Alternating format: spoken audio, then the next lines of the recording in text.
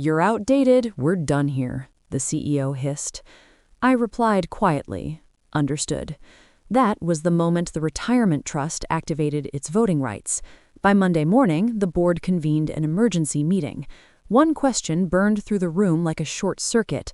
Who just fired the person who owns 76% of the shares? I didn't smile. I never do at moments like that. Smiling wastes energy. I learned early that humiliation is a teacher.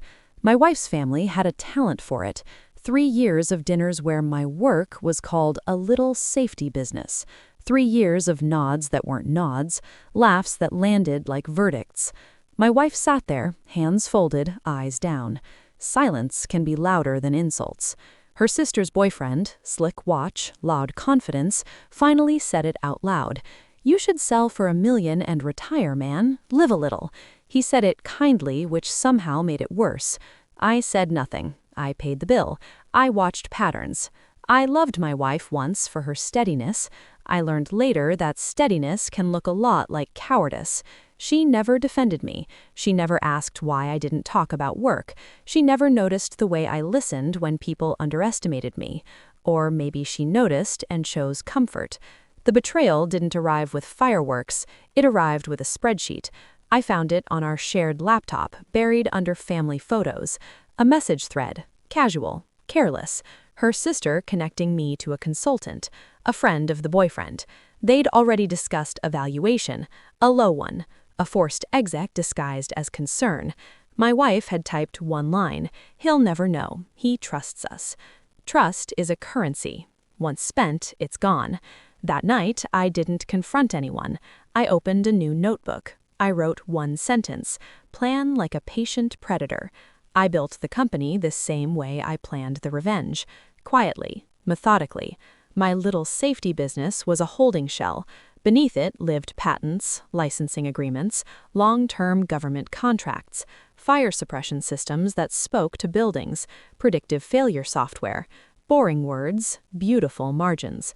I created a retirement trust when the first acquisition closed, named it after my father, gave it teeth, voting rights that slept until I needed them awake. I let the consultant circle. I let him underestimate. I recorded everything, emails, calls, suggestions that drifted from advice into coercion. I hired counsel who spoke in whispers and billed like surgeons. Surveillance isn't just cameras, it's letting people reveal who they are when they think you're small. The restaurant was their idea, high-end, glass walls, soft lighting, a place built to be seen. We ran into them by chance. Laughter, kisses on cheeks. The boyfriend's eyes flicked to my watch, then away. He ordered loudly. He talked about exits and early retirement again. I waited until dessert. "I got an offer," I said. They leaned in. My wife finally looked at me. "For the company," I continued. "We closed last quarter." "How much?" the boyfriend asked, already counting my money. 42, I said. "Million." Silence has weight. You can feel it press on the table. My wife's fork clattered, her sister's face drained. The boyfriend blinked, recalculating a world that no longer included him at the top. I paid the bill. Again, old habits. Monday came fast.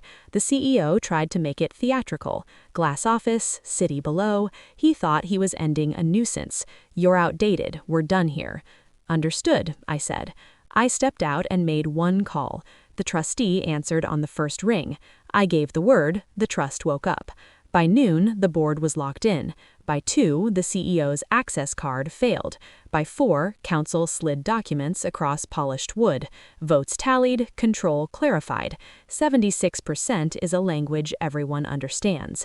The consultant stopped calling. The boyfriend deleted his accounts. My wife texted once.